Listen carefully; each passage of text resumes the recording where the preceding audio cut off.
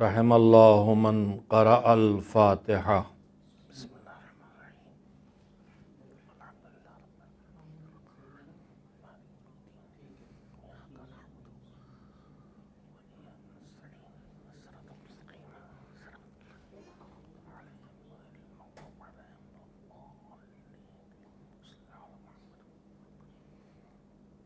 اعوذ باللہ من الشیطان اللعین الرجیم۔ بسم اللہ الرحمن الرحیم۔ الحمد للہ رب العالمین والعاقبۃ للمتقین والجنۃ للمؤمنین والنار للملحدین، والصلاة والسلام علی سید الانبیاء والمرسلین، سیدنا و نبینا و شفیعنا ابی القاسم محمد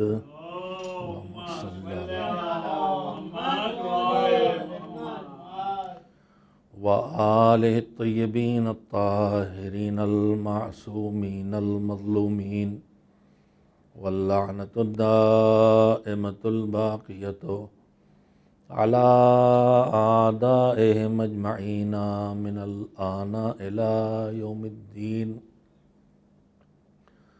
اما بعد، فقد قال اللہ سبحانہ وتعالی فی کتابہ المبین وہو اصدق الصادقین وقولہ الحق۔ بسم اللہ الرحمن الرحیم۔ ومن یطع اللہ ورسولہ ویخشى اللہ ویتقہ فاولئک هم الفائزون۔ صلوات بھیجیں محمد۔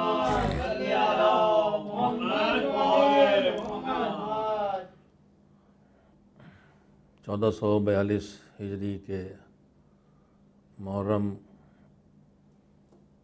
کی چاند رات سے جو گفتگو شروع کی گئی ہے، آج چوتھی شب ہے۔ عنوان گفتگو رکھا گیا ہے اسلام دین عقیدہ و عمل۔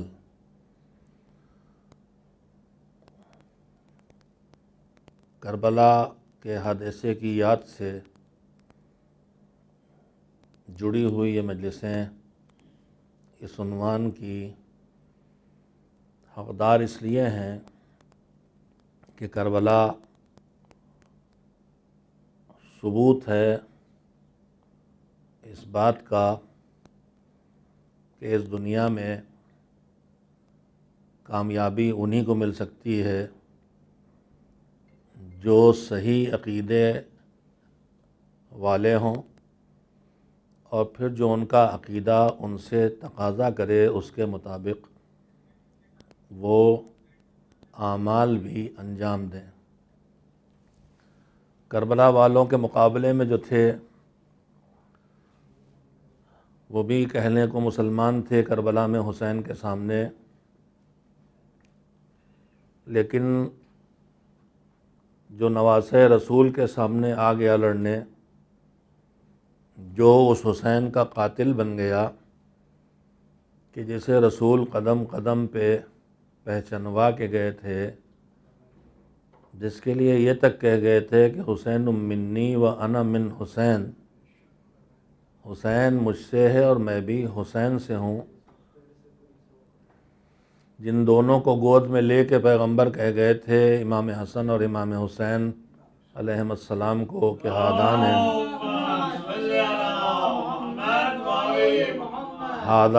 امامان قاما او قعدا، یہ دونوں امام ہیں، چاہے یہ جہاد کے لیے اٹھ کے کھڑے ہوں اور چاہے یہ سلو کر کے بیٹھیں۔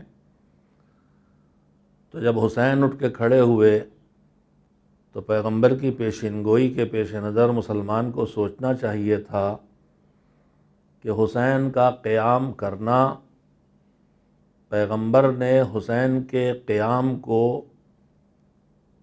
امام کا اقدام قرار دیا ہے، یہ سلو کریں تو بھی امام، یہ جنگ کریں تو بھی امام، تو پھر جو امام وقت ہے اس سے جنگ کیسے لڑی جا سکتی ہے؟ لیکن نام نہاد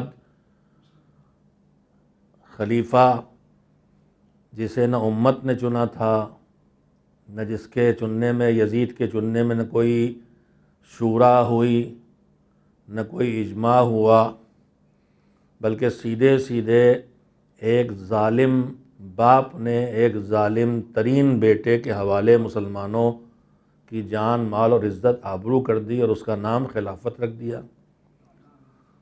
اس غاصبی حکومت پر بیٹھنے والے کو خلیفہ کہا گیا۔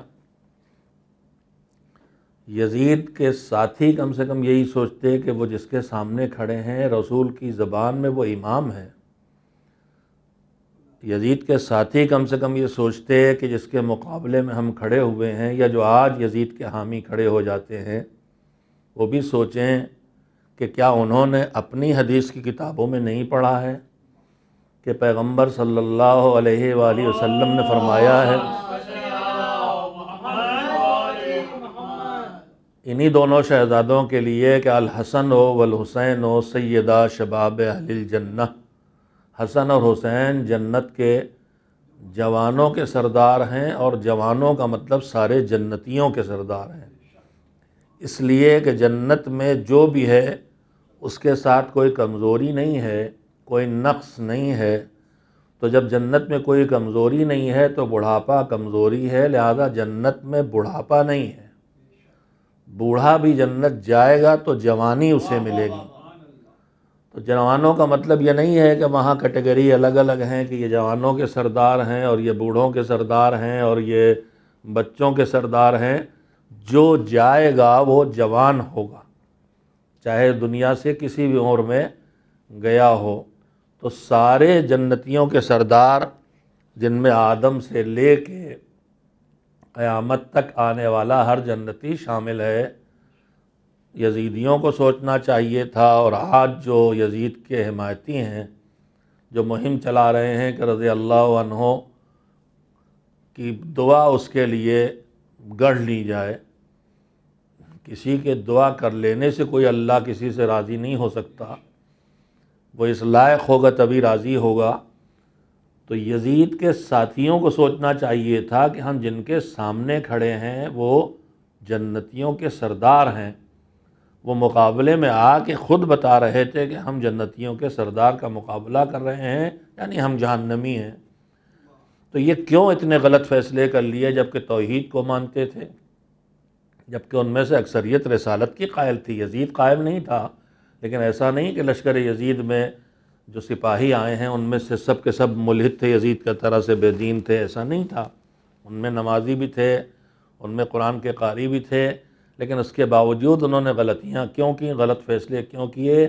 اس لیے کہ ان کے عقیدے میں کمزوری تھی، اور وہ کمزوری تھی وقت کے امام کو نہ پہچاننے کی کمزوری۔ اور سرور کائنات حضرت محمد مصطفیٰ صلی اللہ علیہ وآلہ وسلم یہ بتا کے گئے ہیں کہ من ماتا ولم یعرف امام زمانہ ماتا میتتن جاہلیہ، جو اس عالم میں مر جائے کہ اپنے زمانے کے امام کی اسے پہچان نہ ہو، جانکاری کی بات نہیں ہے، میں اپنے جوانوں سے بھی کہہ رہا ہوں کہ کسی کے بارے میں جاننا اور ہے، کسی کو جاننا اور ہے، کسی کو پہچاننا اور ہے۔ نجات کے لیے خالی اماموں کے نام جاننا، ان کی ولدیت جاننا، وہ کہاں پیدا ہوئے، کہاں شہید ہوئے، کس تاریخ شہید ہوئے، کافی نہیں ہے۔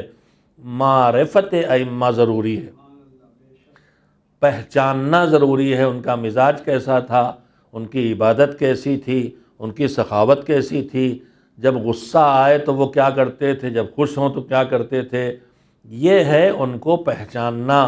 سخی تھے کہ سخی نہیں تھے، بہادر تھے کہ کمزور معاذ اللہ دل کے تھے، پہچاننا ضروری ہے۔ جو اپنے زمانے کے امام کو نہ پہچانے، یہ عقیدے کی کمزوری ہے۔ عقیدہ مضبوط ہوتا ہے تو جیسے جڑ مضبوط ہوتی ہے تو شاخیں مضبوط ہوتی ہیں، جڑ کمزور ہوگی تو شاخیں کمزور ہوں گی۔ عقیدے کا عمل سے وہی رشتہ ہے جو جڑ کا شاخ سے رشتہ ہوتا ہے۔ عقیدہ مضبوط ہے تو عمل مضبوط ہوگا، اور اگر عمل کمزور ہے تو لاکھ دعوے داری ہو کہ ہمارا عقیدہ مضبوط ہے، مگر وہ دعویٰ صحیح نہیں مانا جائے گا۔ اگر کسی درخت کی شاخیں سوکھ رہی ہیں تو آدمی فوراً سمجھ جائے گا پرابلم جڑوں میں ہے، جا کے دیکھیں گے پانی کی کمی ہے، کھاد کی کمی ہے، کیڑے لگ گئے ہیں، کیا ہوا ہے۔ ویسے اصول دین اگر کمزور ہوں گے عقیدہ تو عمل خود کمزور ہوں گے۔ نماز چھوٹنا توحید کے عقیدے کی کمزوری ہے، روزے چھوٹنا توحید کے عقیدے کی کمزوری ہے۔ آدمی کا معصومین کی خوشی میں خوش نہ ہونا، رنجیدگی میں رنجیدہ نہ ہونا، امامت کے عقیدے کی کمزوری ہے۔ ہمارے درمیان بات آ گئی ذہن میں تو یہیں پہ کہہ دوں، ہمارے درمیان عجیب و غریب بحثیں ہیں، ہم عقیدے کو نہیں پہچانتے، عقیدہ کیا ہے اور عمل کیا ہے۔ اسلام دین عقیدہ ہے، دین عمل ہے، مگر کبھی کبھی ہمارے درمیان ایسی بچکانہ باتیں آتی ہیں کہ جس سے اندازہ ہوتا ہے کہ ہم خود عقیدہ و عمل کے فرق کو نہیں جانتے۔ میرے عزیزوں، انہی بحثوں میں سے ایک بحث یہ ہوتی ہے کہ جب بات عزاداری کی جائے، جب بات مجلس کی جائے، جب ماتم کی بات کی جائے، جب تبرک اور نظر و نیاز کی بات کی جائے، جب محفل کی بات کی جائے، جب نوحہ خوانی اور مرثیہ خوانی کی بات کی جائے، تو ماتم کی بات کی جائے تو کوئی نہ کوئی کہہ دیتا صاحب اس معاملے میں کچھ نہ بولیے، یہ ہمارے عقیدے کا مسئلہ ہے۔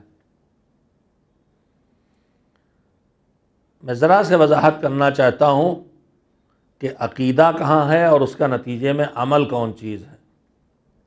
مجلس ہمارے عقیدے کا مسئلہ ہے، عزاداری ہمارا عقیدہ ہے۔ میں آپ سے عرض کرنا چاہتا ہوں کہ عقیدہ کہتے کس کو ہیں۔ عقیدے اور عمل کا بنیادی فرق یہ ہے کہ عقیدہ وہ چیز ہے، وہ تصور ہے، وہ خیال ہے، وہ نظریہ ہے جو انسان کے ذہن میں آئے اور دلیلوں کے ساتھ آئے، اور اتنی مضبوط دلیلوں کے ساتھ آئے کہ وہ خیال، وہ نظریہ اپنی مضبوط جگہ بنا لے، اور اتنی مضبوط جگہ بنا لے کہ اسے اب ہٹانا ممکن نہ رہ جائے۔ عقیدے کا لفظ عربی میں لفظ عین قاف دال سے العقد سے بنا ہے، جس کے معنی ہوتے ہیں گرہ لگانا۔ عقیدہ یعنی گرہ لگائی ہوئی چیز جو مضبوط ہو بہت، جسے کھولا نہ جا سکے، یعنی وہ نظریہ، وہ خیال جسے بدلا نہ جا سکے۔ یہ خیال اور نظریہ جب دلیل کا تابع ہو، جب دلیل کا نتیجہ ہو۔ اللہ ہے، یہ کیا ہے؟ عقیدہ ہے۔ اس کا تعلق ہمارے دل سے ہے، ہمارے دماغ سے ہے۔ اللہ ایک ہے، عقیدہ ہے۔ اس کا ہمارے زبان سے کوئی تعلق نہیں ہے، اس کا ہماری آنکھوں سے کوئی تعلق نہیں ہے، اس کا ہمارے ہاتھ پیروں سے کوئی تعلق نہیں ہے۔ عقیدے کا تعلق ہوتا ہے دل و دماغ سے۔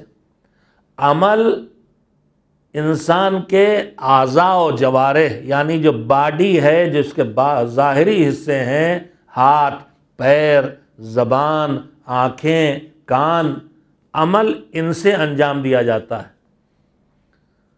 تو عقیدہ اللہ ہے، عقیدہ ہے۔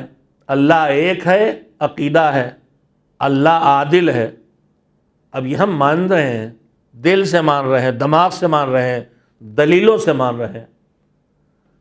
نبوت کا عقیدہ ہے کہ اللہ نے اپنے مخلوق کی ہدایت کے لیے ضروری علم دے کے اپنے چنے ہوئے بندوں کو عصمت کے ساتھ بھیجا ہے، جو اللہ کی بارگاہ سے اس کا پیغام لائیں، اللہ سے جن کا ڈائریکٹ رشتہ ہوتا ہے اور ان تک اللہ کا پیغام آتا ہے۔ یہ نبی ہے، نبوت کا عقیدہ ہے۔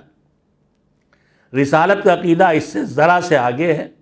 رسالت کا عقیدہ یہ ہے کہ یہ اللہ کا وہ چنا ہوا بندہ ہے جس کے اندر یہ استعداد اور صلاحیت ہے کہ اللہ نے اسے ہدایت کی ذمہ داری دی ہے، اسے علم دیا ہے ہدایت دینے کے لیے، اور اسے عصمت عطا کی ہے۔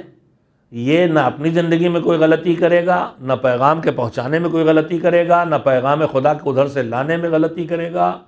اگر فرشتہ لے کے آئے گا تو اس سے لینے میں کوئی غلطی نہیں کرے گا، لوگوں کو بتائے گا تو ان کے سمجھانے میں کوئی غلطی نہیں کرے گا، خود اس پر عمل کرے گا تو عمل کرنے میں بھی کبھی کوئی غلطی نہیں کرے گا۔ یہ عصمت ہے۔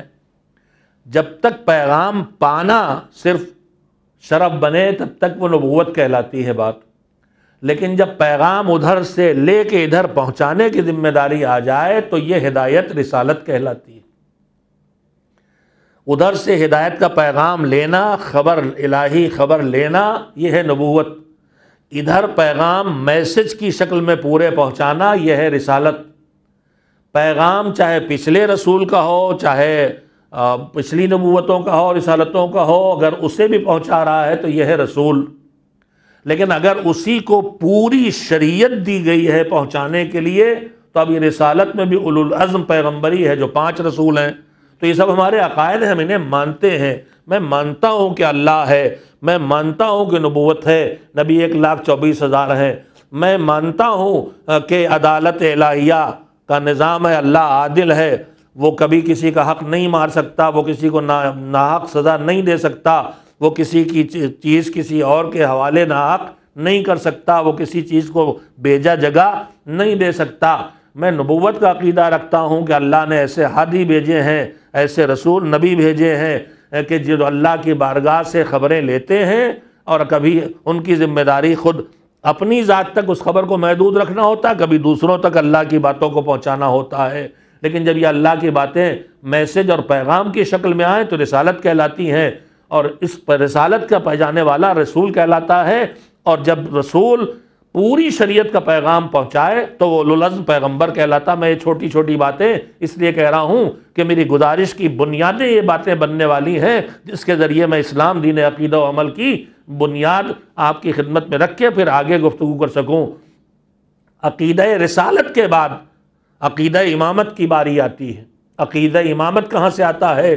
عقیدہ امامت اس سے آتا ہے، میں 12 مجلسوں میں پڑھ چکا ہوں، عقیدہ امامت اس سے آتا ہے کہ دین کا پیغام جب ادھر اللہ کی بارگاہ سے آتا ہے تو دین آتا ہے، خود سے نہیں لایا جاتا ہے۔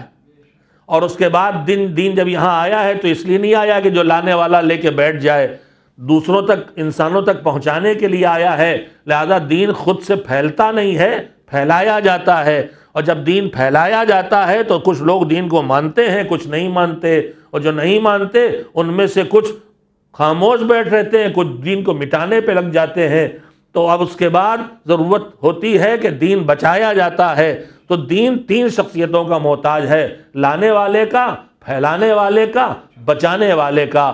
یہ 3 عہدے اللہ نے اسی لیے رکھے، نبوت رکھی، رسالت رکھی، امامت رکھی۔ ہو سکتا ہے کوئی پوچھے کہ ضرورت کیا تھی ایک ہی سے کام لے لیتے، تو میرے عزیزوں اس کی وجہ بتاؤں۔ جب تک آدم سے لے کے خاتم تک دین آتا رہا آتا رہا آتا رہا، جناب عیسیٰ تک آتے آتے کبھی سند نہیں ملی کہ پورا دین آ گیا۔ تو جب یہ سند نہیں ملی کہ پورا دین آ گیا تو نو جا رہے ہیں، دین پورا آ گیا، ابھی ادھر باقی ہے، لہذا لانے والا چاہیے، پھیلانے والا چاہیے، بچانے والا چاہیے۔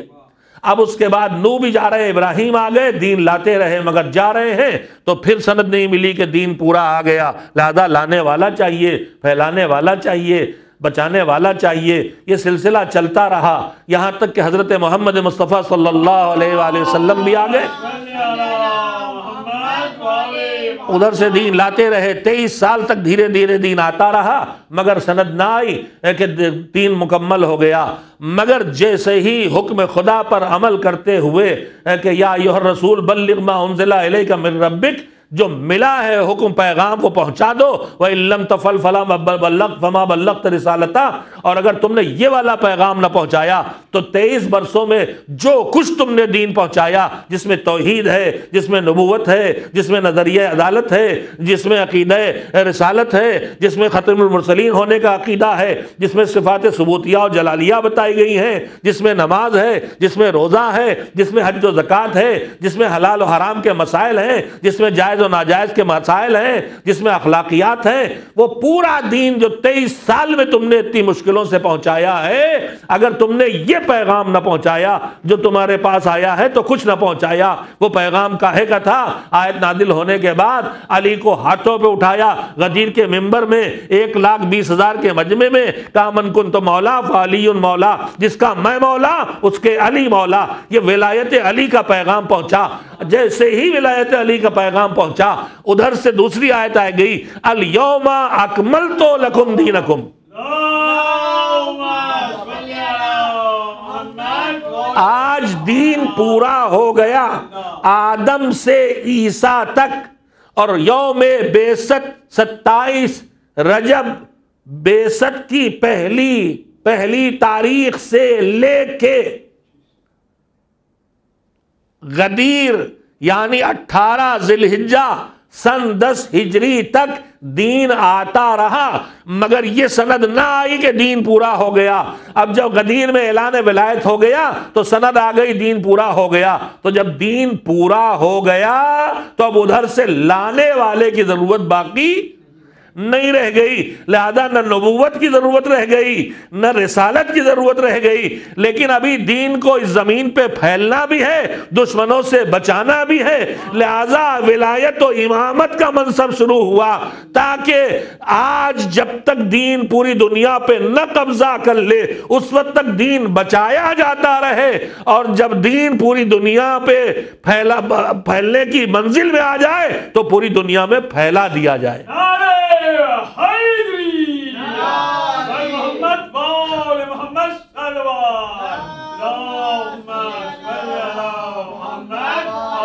میں نے چاہا تھا کم سے کم وقت میں اتنی بات کہہ لوں۔ میں کہنا یہ چاہتا ہوں کہ اسلام دین عقیدہ و عمل ہے۔ عقیدہ صحیح نظریات کو صحیح دلیلوں کے ذریعے پہچاننا اور ان کو ماننا، توحید سے چلے رسالت تک آئے، رسالت سے چلے امامت تک آئے، امامت اور رسالت کی مرحلوں سے گزرے تو توحید ہی کے ذریعے جو رسالت تک پہنچے تھے، قرآن اللہ کی کتاب ہمارے ہاتھوں میں آ گئی اور اس کے بعد اس نے ہمیں قیامت تک پہنچا دیا۔ اب جب یہ نظریے مضبوط نظریے دلیلوں کے ساتھ ہمارے دل و دماغ میں انہوں نے قبضہ کیا، یہ عقیدہ بن گئے، تو اب اس عقیدے کی جڑوں سے عمل کی شاخیں نکلنے لگی۔ ہم اللہ کو مانتے ہیں، اللہ نے کہا مجھے نماز پڑھو، میری نماز پڑھو، میں نے نماز پڑھی، یہ ہے عمل۔ روزہ رکھو، ہم نے روزہ رکھا، یہ ہے عمل۔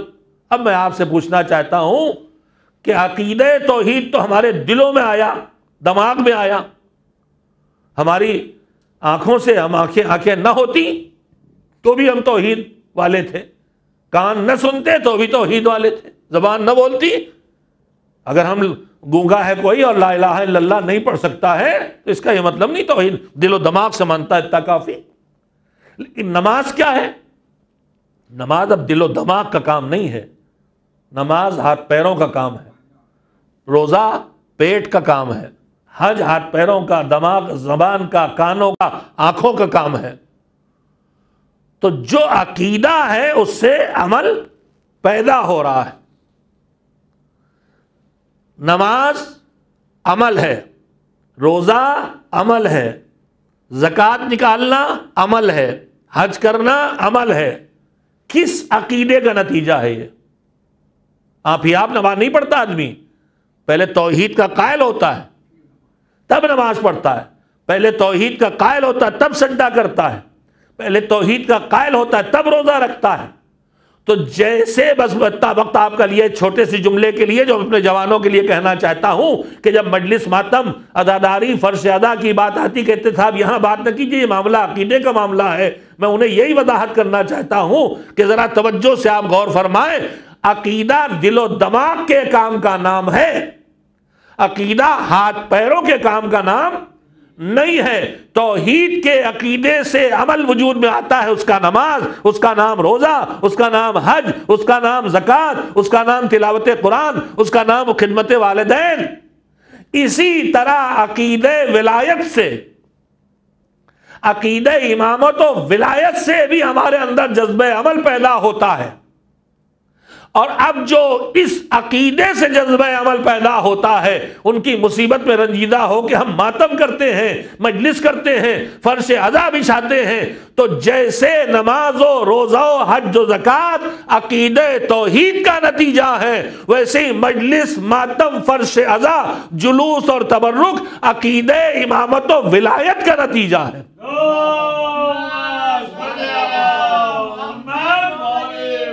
جیسے ایک نماز ایک عمل ہے، ویسے عزاداری ایک عمل ہے، جیسے روزہ ایک عمل ہے، ویسے ہی ماتم ایک عمل ہے، جیسے حج ایک عمل ہے، ویسے ہی عاشور کے اعمال بھی ایک عمل ہے۔ یہ اعمال نماز، روزہ، حج و زکوٰۃ زیادہ پیدا ہو رہے ہیں عقیدہ توحید سے، اور یہ اعمال پیدا ہو رہے ہیں عقیدہ امامت و ولایت سے۔ ایک صلوات بھیجیں محمد و آل محمد۔ عقیدہ و عمل کے اس رشتے کو انشاءاللہ میں اور آپ کی خدمت میں واضح کرنے کی کوشش کروں گا کہ اسلام نہ صرف عقیدوں کے اپنانے کا نام ہے، اور نہ اسلام صرف اعمال کی دنیا میں پھان پڑنے کا نام ہے۔ اور میں یہاں پر دو لفظ ہیں جو آپ سے کہنا چاہتا ہوں۔ اسلام دین عقیدہ ہے، دین عقیدت نہیں ہے۔ عقیدہ الگ چیز ہے، عقیدت الگ چیز ہے۔ عقیدہ بلا دلیل نہیں ہوتا، عقیدت کسی کے لیے بھی کسی وجہ سے پیدا ہو سکتی ہے۔ عقیدت الگ چیز ہے، عقیدہ الگ چیز ہے۔ دوسرا جملہ کہنا چاہتا ہوں، اسلام دین عمل ہے، دین عملیات نہیں ہے۔ اگر کوئی اسلام کو دین عقیدت بنانے لگے، دین جذبات بنانے لگے کہ یہ تو میری عقیدت کا معاملہ ہے، وہ آپ کا ذاتی معاملہ، اسلام دین عقیدت نہیں ہے، دین عقیدہ ہے۔ اور کوئی اسلام کو دین عملیات بنانے لگے تو ہوشیار ہو جائیے گا، اسلام دین عمل ہے، عملیات کا دین نہیں ہے کہ یہ چلہ باندھو، وہ تعویذ باندھو، وہ پانی پھونک کے پیو، اس کا دین نہیں ہے۔ اسلام دین عمل ہے، نماز پڑھو، روزہ رکھو، عزاداری کرو، زکوٰۃ نکالو، غریبوں کی مدد کرو۔ عملیات سے نجات ملنے والی نہیں ہے، اعمال اور عقیدے سے فلاح و کامیابی ملنے والی ہے۔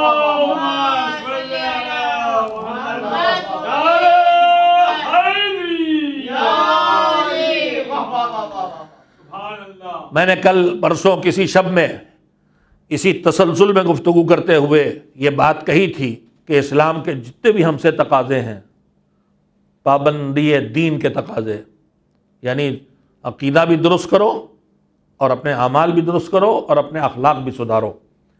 یہ جو ہم سے جتنے بھی مطالبے ہیں جن کو سمیٹا جائے تو میں دو لفظوں میں اسے ہمیشہ دہراتا ہوں، ہم سے اسلام ہمیشہ کہتا ہے یہ کرو یہ نہ کرو، شرک کا عقیدہ نہ اپناؤ، توحید کا عقیدہ اپناؤ، ختم رسالت کا عقیدہ اپناؤ، کسی نئے کو اب نبی نہ مانو، امامت کا عقیدہ اپناؤ جو اللہ کا دیا ہوا منصب ہے، انسانوں کے خود بنائے ہوئے کو نہ مانو۔ یہ ہمیں اسلام سکھاتا ہے، اسلام ہمیں تعلیم دیتا ہے۔ یہ کھاؤ یا نہ کھاؤ، یہ پہنو یا نہ پہنو، یہ دیکھو یا نہ دیکھو، یہ سنو یہ نہ سنو۔ تو پھر یہیں سے ایک الجھن کھڑی ہوتی ہے کہ یہ سب ہم کریں کس لیے؟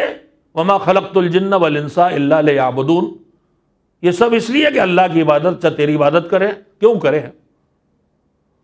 تو میں یہ بات آپ کی خدمت میں کہہ چکا کہ یہ ہم اطمینان حاصل کریں، اس بات پر یقین کریں کہ اس کی عبادت کا حکم جو ہے اس کا کوئی فائدہ اس کو ملنے والا نہیں۔ اگر ہمارا عقیدہ درست ہے تو ہم یہ یقین کر لیں گے، اس لیے کہ اللہ کے بارے میں ہمیں پتہ ہے وہ کسی کا محتاج نہیں، اس کو کسی چیز کی ضرورت نہیں، وہ کسی چیز کا ضرورت مند نہیں ہے۔ تو پھر اگر وہ ہم سے کہہ رہا ہے نماز پڑھو، روزہ رکھو، تکبیر کہو، اللہ اکبر کہو، سبحان اللہ کہو، تو کیا وہ ہماری تعریفوں کا محتاج ہے؟ ہماری حمد کرو، شکر کرو، کیا وہ ہمارے شکریہ کا ہماری طرح کوئی چاپلوس ہے کہ اسے ہماری چاپلوسی چاہیے؟ کہ ہم پیسے والے، ہم باس ہیں تو اب سب لوگ ہمیں چاپلوسی کریں، اس کو اچھا لگتا ہے معاذ اللہ؟ کیا اس کے ہاں جذبات ہیں؟ تو پھر کیوں یہ سب ہے؟ تو میں نے اس کی وضاحت آپ کی خدمت میں آیات کے ذریعے کی تھی کہ سب ہمارے لیے، کائنات ہمارے لیے، ہم عبادت کے لیے، عبادت سے تقوی پیدا ہوگا اور تقوی ہمیں زندگی میں کامیابی دے گا. یہاں تک میں نے بات پہنچائی تھی.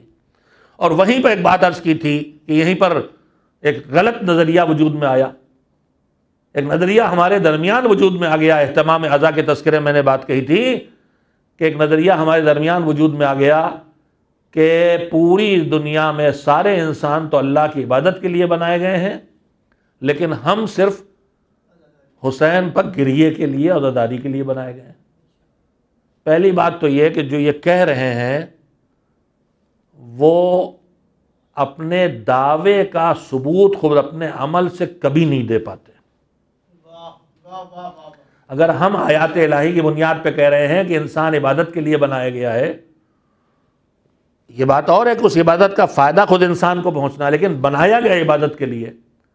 بہت توجہ دیں تو میں ایک قیمتی بات آپ کی خدمت میں کہوں کہ اگر ہم یہ کہہ رہے ہیں کہ انسان آیت کہہ رہی ہے اور وہ جو دلیل دی جا رہی ہے کہ ہم اللہ کی عبادت کے لیے نہیں، ہم تو حسین پر گریے کے لیے بنائے گئے. میں نے اس سلسلے کی جو روایت تھی وہ پڑھی تھی، اس سے پہ ایک سوال آیا ہے اور میں یہیں پر کہنا چاہتا ہوں کہ میں اپنے سامعین سے اور تمام مجلس سننے والوں سے کہ ہم جب آپ سے گفتگو کرتے ہیں گھنٹے کی تو یہ ایک طرفہ گفتگو ہوتی ہے.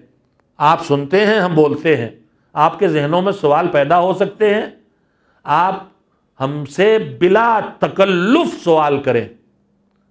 ہمارا نمبر میں پہلے بھی نوٹ کراتا رہا ہوں، پھر نوٹ کریں، 9415306997. جن چینلز پہ مجلسیں جاری ہیں میں ان سے گزارش کروں گا میرے نام کے ساتھ میرا نمبر بھی ڈال دیں، اس لیے کہ اس ممبر پر آنے کا ہدف ہے دین پہنچانا.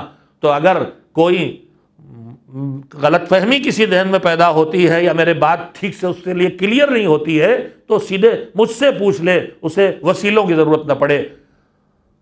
تو میں نے اس دن تذکرہ کیا تھا کہ اس آیت ہے وَمَا خَلَقْتُ الْجِنَّ وَالْإِنسَ إِلَّا لِيَعْبُدُونَ. اس کے مقابلے میں ایک نظریہ ہمارے جوانوں کے درمیان وجود میں آ گیا ہے کہ ہم تو بس حسین پر گریے کے لیے پیدا ہوئے ہیں، عزائے حسین کے لیے پیدا ہوئے ہیں. اور اس کی دلیل میں وہ روایت بیان کی جاتی ہے جو مجلسوں میں پڑھی ہے. میں 2-3 برس پہلے بہت تفصیل سے اس پہ گفتگو کر چکا ہوں، لیکن چونکہ اب سوال آیا لہذا میرا فریضہ ہے کہ میں وضاحت کروں تاکہ کوئی غلط فہمی پیدا نہ ہو. ایک دلیل عموماً دی جاتی جوانوں کے درمیان جو نماز روزہ چھوڑ بیٹھے ہیں اور جو صرف عزاداری پہ ماتم پہ لگے ہیں، نماز شب کے وقت نماز شب پڑھنے کے بجائے آ کے ماتم کرتے ہیں، وہ قصوروار نہیں ہے. انہوں نے اسی کو حق اور صحیح سمجھا ہے. انہوں نے یہی سمجھا ہے کہ ہم نماز کے لیے نہیں، ہم روزے کے لیے نہیں، ہم ماتم کے لیے ہیں. تو پھر وہ مصلی میں بھی ماتم کرنا چاہتے ہیں، وہ نماز شب کے وقت بھی ماتم کرنا چاہتے ہیں، وہ شبہائے رمضان میں بھی جب دعاؤں کا وقت ہوتا ہے اس وقت بھی نوحہ پڑھنا چاہتے ہیں. حالانکہ ایک جملہ بہت اچھا ہے جو کسی نے کہا ہے کہ نماز بر وقت، عزاداری ہر وقت. عزاداری کا کوئی وقت اللہ نے معین کیا ہی نہیں ہے. اگر معین کر دیتا تو ہم محدود ہو جاتے. اس نے بہت زیادہ گنجائش رکھی ہے. اہتمام الہی جو عزاداری کے لیے میں پڑھ رہا ہوں پہلی مجلس میں، اس میں بات آئے گی انشاءاللہ کہ یہ بھی ایک اہتمام ہے کہ واجب اعمال خیر کی اس کیٹیگری میں رکھا ہے جہاں نہ طریقہ معین کیا، نہ وقت معین کیا، نہ جگہ معین کی، نہ زمانہ معین کیا. اگر یہ تعین لگا دیتا تو محدود ہو جاتا وہ عمل. میں انشاءاللہ اس کی وضاحت پہلی مجلس کے موضوعات میں میرے شامل ہے. اللہ کرے کہ مجھے یاد رہ جائے، بھول جاؤں تو ہمارے سلو بھائی یاد دلائیں گے انشاءاللہ. ایک صلوات بھیجے محمد علیہ.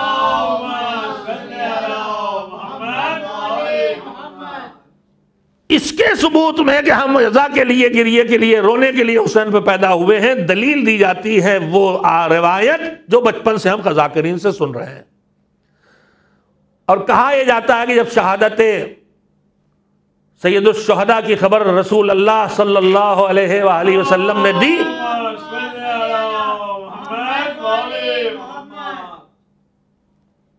تو جناب زہرا سلام اللہ علیہا بے چین ہوئی.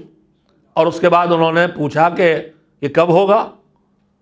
تو رسول اللہ نے بتایا کہ ہم میں سے کوئی نہیں ہوگا. البتہ وہ جو تفصیل سے بچپن سے سنتا آ رہا ہوں اس میں اس طرح ہوتا ہے کہ جناب زہرا نے پوچھا کہ آپ زندہ ہوں گے؟ کہا نہیں. کہا علی ہوں گے؟ نہیں. ہم ہوں گے؟ نہیں. حسن ہوں گے؟ نہیں. ہر ایک الگ الگ جناب زہرا نے پوچھا. اس طرح ہم سنتے آئے. اور اس کے بعد جب کہا نہیں تو پھر کہا کہ پھر ان پہ گریہ کون کرے گا؟ تو رسول اللہ نے مجلس میں جو ہم آپ سب سنتے آئے بچپن سے کہ اس پر رسول اللہ نے فرمایا صلی اللہ علیہ وآلہ وسلم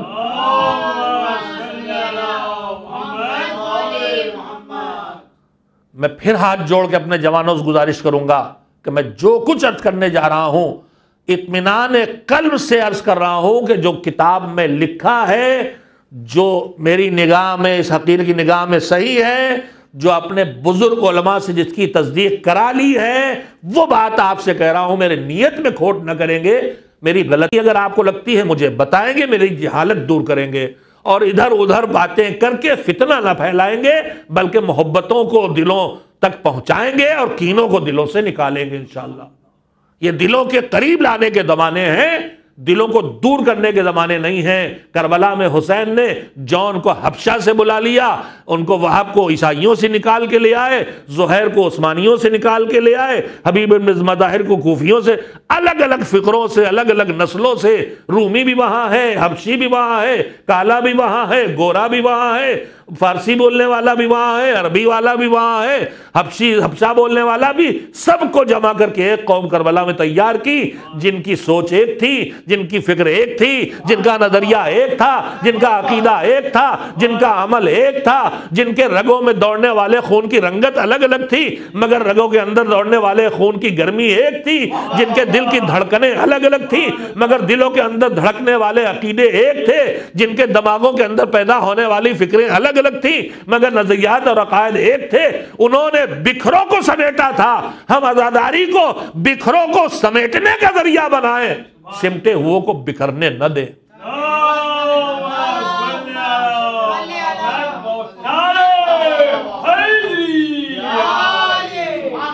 جب ہمیں آپس میں لڑایا جائے گا اور ہمارے انتہائی نیک دل جذباتی جوان جنہیں میں بالکل بھولا بھالا معصوم جیسا پاتا ہوں ان کو دیکھوں گا کہ ایسے نظریات قائم کر رہے ہیں تو مجھ پر واجب ہو جاتا ہے کہ میں بولوں.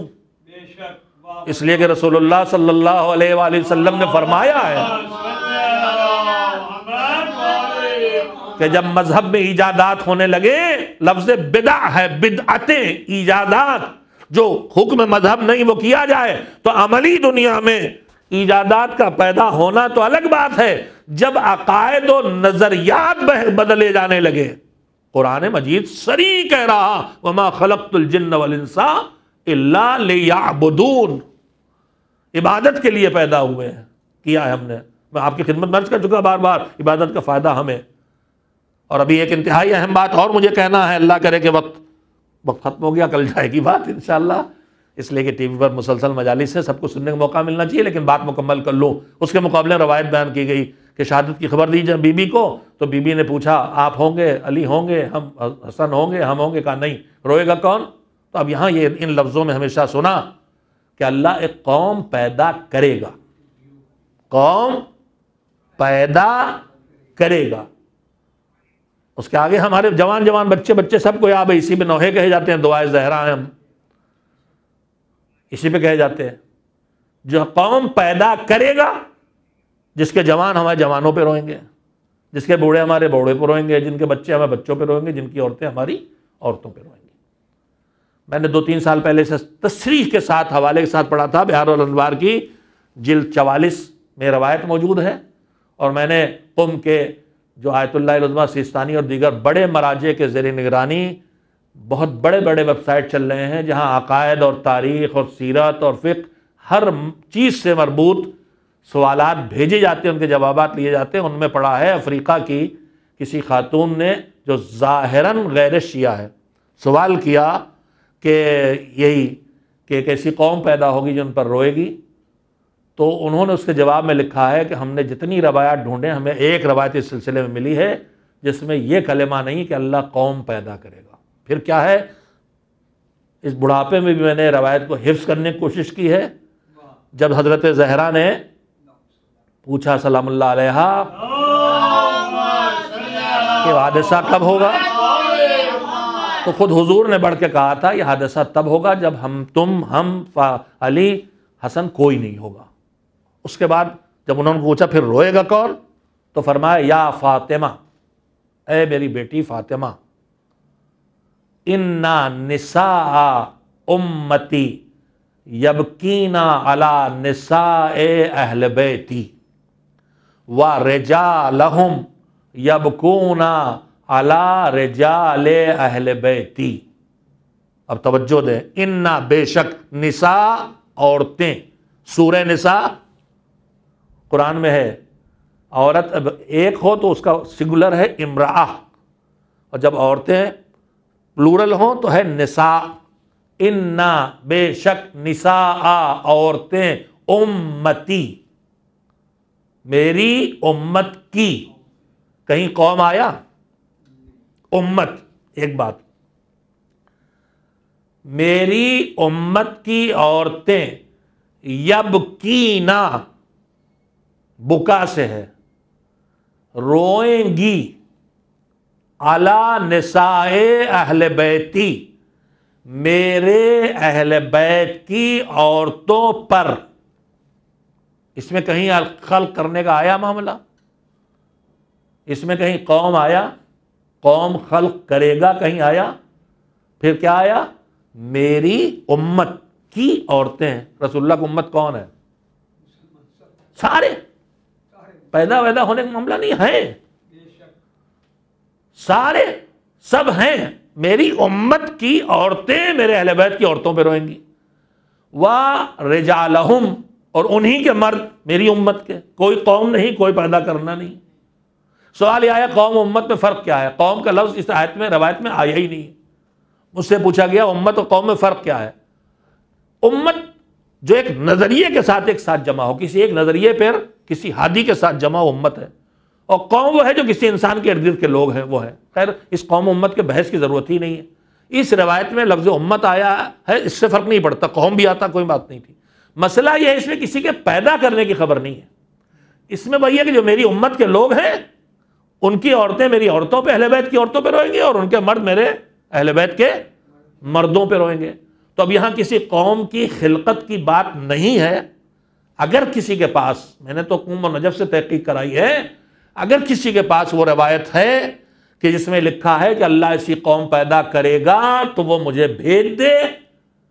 haidarsafi@gmail.com میرا ایڈریس ہے ای میل کا، اور 9415306997 میرا واٹس ایپ ہے، مجھے بھیج دے، میری جہالت دور کر دے۔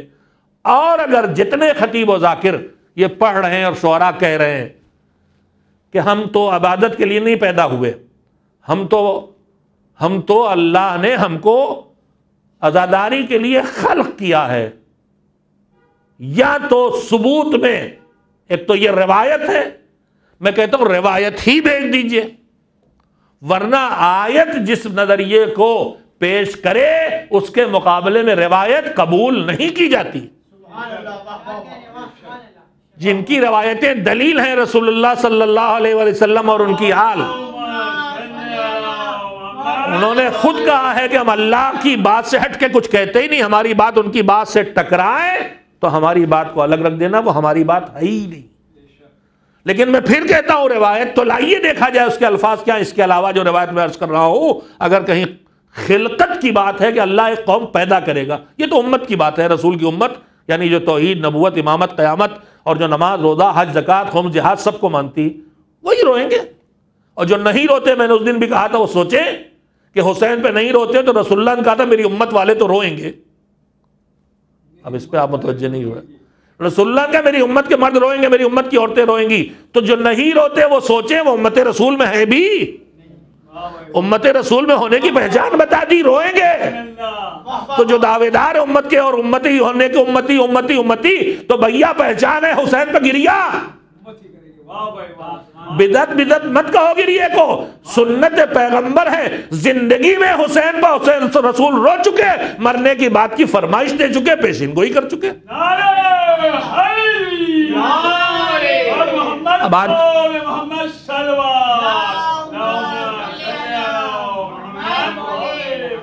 میں آج چینل والوں سے معذرت خواہ ہوں، چند منٹ مجھ سے زیادہ ہو جائیں گے، کسی طرح ایڈجسٹ کریں یا میری مجلس سے 2 ٹکڑوں میں پیش کر دیں گے، لیکن خدا کے لیے کاٹیں گے نہیں۔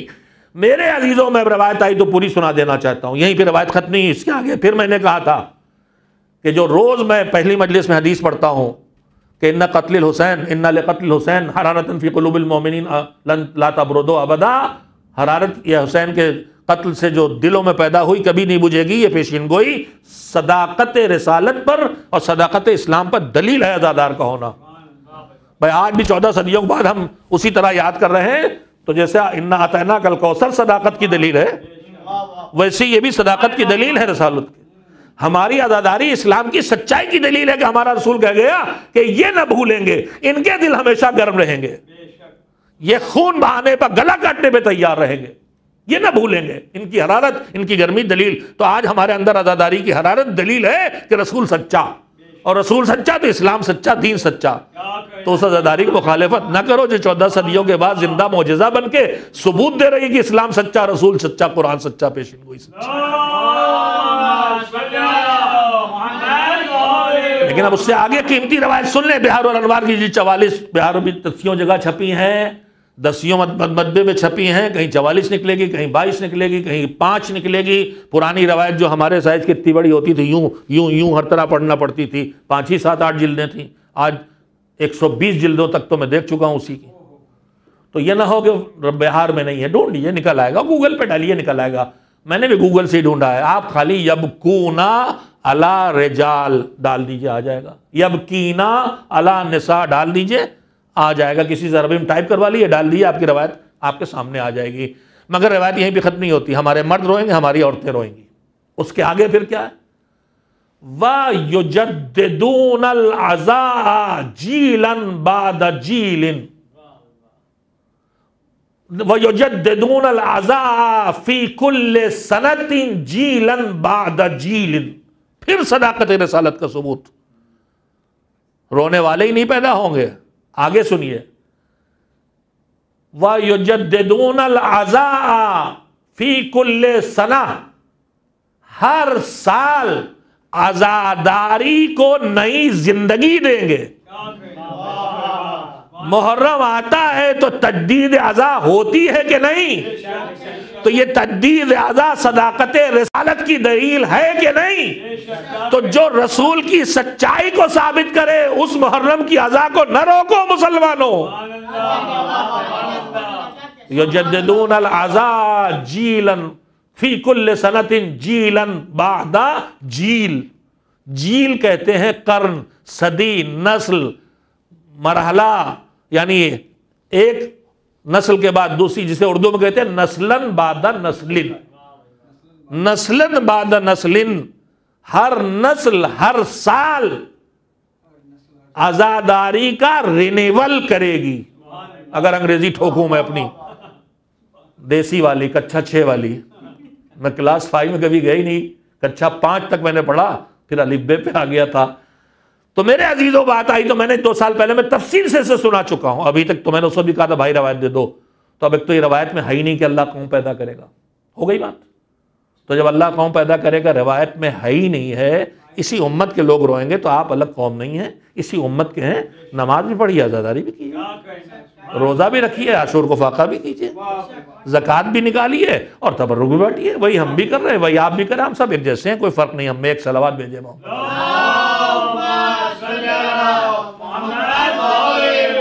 اب ایک بات جو اور کہے بغیر اس وقت بات کو ختم کروں گا تو بعد میں کہہ نہیں پاؤں گا۔ اللہ نے ہمیں کاہے کے لیے پیدا کیا؟ عبادت کے لیے۔ عبادت کا فائدہ ہم کو، میں ہر بار کہہ رہا ہوں، ہماری کامیابی۔ اللہ نے ہمیں جو عبادت کے لیے بنایا ہے تو ہم کتنی دیر عبادت کرتے ہیں؟ دن بھر میں بہت کر ڈالیں، بہت بڑا عبادت گزار ہے، کچھ بھی نہیں، نہ کمانے جاتا نہ کھانے، خیر خواہوں نے اس کے کھانے کا انتظام بھی کر دیا، بس عبادت میں لگا، نماز، تلاوت، دعا، زیارت، یہی سب کر رہا، مگر کوئی کھانا کھائے گا؟ نہیں کھائے گا۔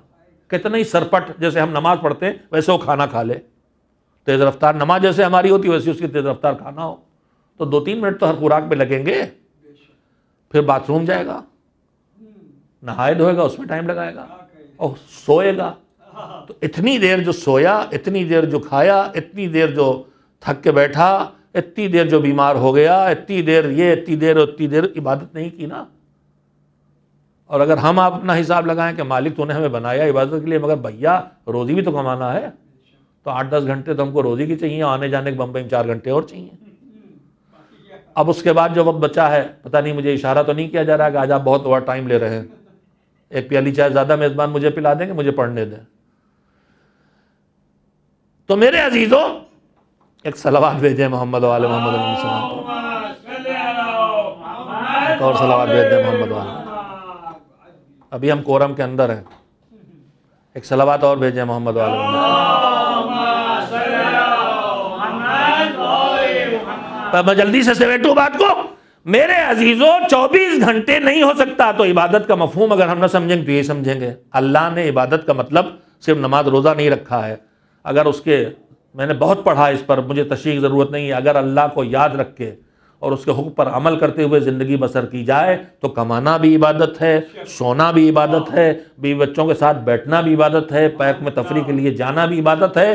یعنی اللہ نے ہمیں ایسا بنایا ہے کہ ہم 24 گھنٹے کا ہر منٹ اور سیکنڈ عبادت بنا سکتے ہیں۔ اب جو دعوے دار ہے کہ ہماری خلقت تو عزا کے لیے ہوئی ہے، بہت آخری بات ہے اور آپ کو عقل لگانا پڑے گی سمجھنے کے لیے۔ جو ہم قرآن کہہ رہا عبادت کے لیے، عبادت کا دائرہ وسیع ہے، خالی نماز روزہ نہیں، مرضی خدا حاصل کرنے کے لیے حکم خدا پر عمل کرتے ہوئے آدمی جو کرے وہ عبادت۔ میں ممبر سے بہت سی باتیں نہیں کہہ سکتا، زوجہ و شوہر کا ایک دوسرے کے قریب جانا بھی عبادت ہے حکم خدا کے لیے، اس سے زیادہ مجھے نہیں کہنا ہے۔ اب کوئی لمحہ نہیں بچا جہاں عبادت نہ ہو سکے، انسان کی زندگی عبادت نہ۔ باتھ روم کے اندر جانا کہ اس دعائیں بھی ہیں، اس نجاست سے مجھے نجات دے، مجھے طہارت عطا کر، صحت دے تاکہ میں آگے بڑھوں زندگی میں، سب عبادت۔ بس یاد خدا رکھو اپنی، تو پوری زندگی عبادت بن سکتی ہے اگر اللہ والی عبادت ہے ہمارے پاس۔ آیت اور کہا کہ آپ رونے کے لیے، ہماری پیدائش تو بس رونے کے لیے ہوئی ہے، تو میرے بھائی آپ اپنی خلقت کا مقصد 24 گھنٹے ادا کر کے دکھائیے۔ نہیں سوچے آپ، میری بات نہیں پہنچی شاید۔ آپ 24 گھنٹے عزاداری کر کے دکھائیے، نہیں کر پائیں گے۔ آپ جب کھانے بیٹھیں گے وہ عزاداری نہیں ہوگی، آپ کمانے بیٹھیں گے وہ عزاداری نہیں ہوگی۔ ہم کھانے اور کمانے بیٹھیں گے تو بھی عبادت ہوگی۔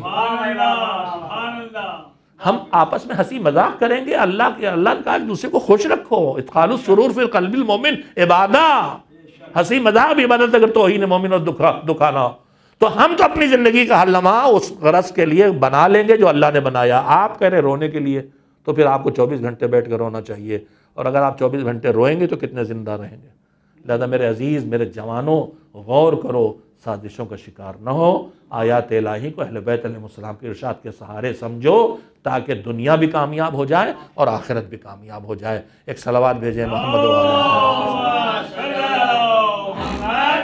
اس میں نے بہت وقت لیا اور میں معذرت خواہ ہوں، باقی باتیں انشاءاللہ آگے دھیرے دھیرے کہتا رہوں گا۔ نہیں بس اب بہت ہے، ایک بات میری مکمل ہو گئی ہے، باقی باتیں چلتی رہیں گی۔ مجھ سے یہ کہا گیا تھا کہ قوم اور امت کا فرق بتائیں۔ قوم اور امت کی بحث نہیں کی میں نے بحث یہ کی ہے کہ روایت میں جو بیان کیا جاتا ہے وہ کہا جاتا اللہ قوم پیدا کرے گا، روایت میں پیدا کرنے کی بات نہیں ہے۔ رسول اللہ نے کہا ہے میری امت کے لوگ روئیں گے، امتی وہی جو ہم آپ سب ہیں۔ اور میں یہی پھر بار بار کہہ رہا ہوں کہ اگر کوئی روتا نہیں اور کوئی رونے سے روکتا ہے تو اپنے کو امتی نہ کہے، رسول کا جو چاہے کہے، وہ امتی نہیں، امتی ہے تو روئے گا۔ اور کیسا نہ روئے گا؟ پتھر دل تو روئے ہیں، پتھر دل تو روئے ہیں، جنہوں نے مارا ہے وہ خود روئے ہیں۔ کیا جب حسین کے ہاتھوں پر 6 مہینے کے بچے نے لبوں پہ زبان پھیری تھی تو ہرملہ اور اس کا لشکر سارا نہیں رویا تھا کیا؟ اس وقت جو نہیں رویا تھا ابن سعد جیسا ملون تھا، ہرملہ جیسا ملون تھا جو نہیں رویا تھا، پورا لشکر رویا تھا۔ تو ظالم بھی روئے ہیں، جو قاتل تھی وہ بھی روئے ہیں۔ ان کی مظلومیت ایسی ہے، ان کی تنہائی، ان کی بے کسی، ان کی جس رخ کو آپ یاد کریں۔ امام حسین علیہ السلام کا جملہ کم تھوڑی ہے، یہ فرمائش کہ شیعتی ما ان شربتم ما عذب فاذکرونی اور سمیتم بالغریب اور شہید فاندبونی، جب بھی کسی عالم مسافرت میں مرنے والے کی خبر سننا تو میرا نوحہ کر لینے کو معمولی بات۔ تنہائی کا احساس جو آتا ہے یزید کا ساتھی ہے، جو آتا ہے یزید کا ساتھی ہے۔ میں نے آج ہی پہلی مجلس سے پڑھا کہ جب گھوڑوں کی ٹاپوں کی آواز آتی تھی تو امید لگائے بیٹھی تھی زینب کہ میرا بھیا نواسے رسول ہے، اس کے مددگار آئے ہوں گے، جب فضا آگے بتائیں پھر یزیدی آئے، پھر یزیدی آئے۔ تڑپتی تھی کہ میرے بھیا کے مخالف اتنے ہیں، میرا بھیا کے چاہنے والا کوئی نہیں آتا۔ میں نے ابھی پڑھا کہ اسی درمیان، مجھے تاریخ دھیان میں نہیں رہ گئی کہ حبیب بن مظاہر کب پہنچے ہیں کربلا، آخری تاریخوں پہنچے ہیں، مگر عاشور کے دن نہیں، پہلے پہنچے۔ اب اس کے بعد مایوسیاں اور بڑھ گئیں زینب کی۔ حبیب بن مظاہر آ گئے، لشکر تو بہت تیز آ رہا ہے، ہزاروں کو لشکر لاکھوں سے بدلنے جا رہا ہے، ہر طرف گھوڑوں کے ہنہناٹ کی آواز ہے، ہر طرف اونٹوں کے بولنوں کی آواز ہے، ہر طرف زنجیروں، ہر طرف تیغ و تبر کے کھنکنے کی آواز خیموں کے ہر طرف سے آ رہی ہے۔ چھوٹا سے کنبہ 72 افراد، جس میں بیویاں بھی، بچے بھی، جوان بھی، بوڑھے بھی، 64 اسیر 72 افراد، یعنی 120 لوگوں کو، چھوٹے سے قافلے کو ہر طرف سے گھیرا گیا اور لشکر پہ لشکر بڑھ رہا۔ اب کوئی نہیں آتا، کوئی نہیں آتا، کئی دن گزر گئے۔ حسین رات میں بہن کو بتا چکے کہ بہن کل معرکہ ہے۔ رات میں 72 کے لشکر کا زینب امتحان لے چکی۔ جب شب عاشور حسین نے آگے گفتگو شروع کی تو بہن نے کہا بھیا کیا طے ہوا، کل معرکہ ہے؟ کہا چھوٹا سے لشکر ہے، آزمایا؟ کوئی پہرا دے رہا تھا، دوڑ کے گئے، حبیب کو بلایا، ساتھیوں کو جمع کیا، چلو بی بی کو بتاؤ کہ ہم کیسے ساتھی ہیں۔ حبیب آ گئے تھے، آ کے گواہی دی، ہم حاضر ہیں، ہمارے سر آپ کہیں تو اپنے ہاتھوں سے کاٹ کے آپ کے قدموں میں رکھ دے۔ زینب نے دعا دے کے رخصت کر دیا۔ اب زینب مطمئن ہے لیکن مایوس ہے کہ اب کوئی نہیں آئے گا، تو صبح جنگ ہے، کوئی نہیں آئے گا۔ اندر اندر کہیں سے انتظار ہے، کاش میرے بھیا کا کوئی اور ساتھی آ جاتا، میرے بھیا کو کوئی اور ساتھی آ جاتا۔ ادھر حالات کیا ہیں؟ رات کے سناٹے میں حسین کے خیموں سے ننھے ننھے بچوں کی لطش کی آواز گھومتی گھومتی لشکر یزید تک پہنچ رہی ہے۔ تسبیح و تحلیل کی آوازوں کے درمیان ننھے ننھے بچوں کی لطش کی آواز کھر کے کلیجے کو محسوس رہی ہے۔ ارے میں ہی تو لے کے آیا، ارے میں نے ہی تو خیموں سے دور لگوایا، ارے میں نے ہی تو پانی پابندی لگائی، اور یہ کیا ہے؟ صبح ہوئی فیصلہ لے لیا۔ حالات دیکھ کے دوست سمجھ گیا، کہا کیا فیصلہ کیا ہے؟ کہا چل سن۔ تھوڑی دور لشکر سے لے جا کے ٹیلے پہ لے گئے، کہا کان لگا کے سن، حسین کے خیموں سے لطش لطش کی بچوں کی آواز آ رہی۔ کہا سن یہ آوازیں ساری رات میں نے سنی ہے، اس لیے فیصلہ کر لیا۔ ادھر خیام حسینی کو کچھ خبر نہیں ہو رہا ہے، مگر حسین کو تو معلوم ہے کوئی آنے والا ہے۔ اہتمام کر لیا، کہا استقبال کے لیے تیار ہو جاؤ۔ ادھر سے ہر چلے، جس کو ساتھ لے سکتے ہیں لے کے چلے۔ ہر چلے، بیٹے کو ساتھ لیا، غلام کو ساتھ لیا، اور چلے تو شرمندہ ہو کے چلے، توبہ کرنے چلے۔ کہا میں لشکر کا سردار تھا، مگر اب میں مغفرت کے استغفار کے لیے جا رہا ہوں، گناہ معاف کرانے، مجھے ویسے لے چل میرے بلال، میرے بیٹے، جیسے قیدی گرفتار کر کے لے جائے جاتے ہیں۔ دونوں ہاتھوں کو پشت گردن پہ بندھوایا اور گھوڑے پہ بٹھا کے لے چلے۔ آنکھوں پہ پٹی بھی والی بعض کتبہ سے میں نے سنا ہے اور حقیقت سے نزدیک لگتا ہے۔ حر کا بیٹا ساتھ ہے اور بتا رہا ہے، شرمندہ ہو کے پہنچے قیدی کی طرح کہ میں قیدی ہوں، قیدی کا جو حکم ادا ہو جائے۔ مگر حر کے بیٹے نے بتانا شروع کیا، بابا شاید خیام حسینی سے ہم کو دیکھ لیا گیا ہے، انصار حسینی ہمارے استقبال کے لیے نکل رہے ہیں، وہ دیکھیے مسلم آئے، وہ دیکھیے حبیب نکلے، ارے بابا وہ دیکھیے ابو الفضل العباس بھی باہر آ گئے۔ بابا میں جب گھوڑے سے گرا خود حسین آ گئے، دوڑ کے حر نے حسین کے قدموں پر سر رکھنا چاہا، اٹھا کے سینے سے لگایا، حر تمہاری جگہ یہاں ہے۔ حر نے ہاتھ جوڑے، مولا مولا بہت شرمندہ ہوں۔ جملے یہ ہیں، ارے ننھے ننھے بچوں کی جو لطش کی آوازیں آ رہی ہیں اور یہ جو بیویاں ہیں، ان کے دلوں میں دہشت میں نے پیدا کی ہے، میری مغفرت کا کوئی ذریعہ ہے کہ نہیں ہے؟ جرم میں ایک مرتبہ مجرم کو جو یہاں پہنچایا۔ حسین نے کہا حر میں نے تجھے معاف کیا، خدا نے تجھے معاف کیا۔ ہاں یہ تو تاریخ نے لکھا، مگر ایک فقرہ سنو جذبات کے سہارے۔ ارے زینب دیکھ رہی ہیں کوئی آیا کوئی آیا کوئی آیا، اور ہمیشہ لشکر یزید آتا ہے۔ جب خبر ملی حبیب آئے ہیں تو زینب نے کہا تھا جا کے سلام کہو۔ اب صبح عاشور کی مایوسی میں ایک مرتبہ غلغلہ اٹھا، کون آیا ہے؟ کہا لشکر یزید سے سپہ سالار یزید آیا ہے۔ زینب نے شاید کہا ہوگا جا کے میرے بھیا کے اس ناصر سے میرا سلام کہہ دے۔ زینب کا سلام اکیلے نہیں، بیویوں کا سلام ساتھ ساتھ، بیویوں کا سلام پہنچا اور تک، اور سر جھکائے کھڑے ہیں۔ بابا آقا شرمندہ ہوں، یہ مصیبت میری لائی ہے، یہ بچوں کی گریے کی صدا میں ملا ہوں، میری معافی مل گئی مگر میں شرمندہ ہوں۔ کہا ہور تم میرے مہمان ہو، مگر ہور میں تم سے کیا بتاؤں، تم جانتے ہو میرے خیموں میں ایک قطرہ پانی بھی نہیں ہے۔ کہا آقا مجھے سب پتا ہے، میں بہت شرمندہ ہوں، آپ نے مہمان کہا تو بس میری ایک چھوٹی سی فرمائش پوری کر دے۔ کہا وہ کیا ہے؟ کہ میرا بیٹا ساتھ آیا ہے، پہلے اسے بھیج دیئے، لڑے مرے، میری نگاہوں کے سامنے مارا جائے۔ اور تم باپ ہو، جاؤ لڑ دو، بیٹا لاش اٹھا لائے، پھر وہ بھی شہید ہو جائے گا۔ کیا تمہیں بیٹے بھروسہ نہیں؟ کہا نہیں بھروسہ تو ہے، لڑے گا شہید ہوگا، مگر پھر کیوں پہلے بھیج رہے ہو؟ کہا میں نے حالات کو سمجھ لیا ہے کہ میرا مولا حسین وہ وقت آئے گا اپنے جوان بیٹے کی لاش اٹھانے جائے گا، وہ چاہتا اس سے پہلے میں اپنے جوان بیٹے کی لاش اٹھا لوں، مگر کیا حسین نے گوارا کیا؟ کہا جا لڑنے دے، جا تیرا تجھے اجازت ملی۔ بیٹا گیا، لڑا، پکارا، حر پہنچے، حر سے پہلے حسین پہنچ گئے۔ کہا میرے مولا آپ نے کیوں زحمت کی؟ کہا حر تو ہے بوڑھا باپ، یہ جوان بیٹا، میں تجھے تیرا جوان بیٹے کی لاش نہ اٹھانے دوں گا۔ حر کے بچے کی لاش حر کے لے کے حسین آ گئے، خیمے کے پردے کے پیچھے سے زینب نے دیکھ لیا تھا، لہذا جب حسین اکبر کے سرانے پہنچے تو بہن پہلے آ گئی۔ ارے بہن تم کیوں؟ کہا بھیا تم نے جوان بیٹے کے لاش بوڑھے باپ کو نہ اٹھانے دی، اب یہ میں تجھے نہ اٹھانے دوں گا۔ غیرت ہاشمی نے بازو پکڑ کے پہنچایا، لاشا نہ اٹھ سکا تو بچوں کے سہارے پہنچا دیا۔ وَسَيَعْلَمُ الَّذِينَ ظَلَمُوا أَلَا لَعْنَةُ اللَّهِ عَلَى الْقَوْمِ الظَّالِمِينَ۔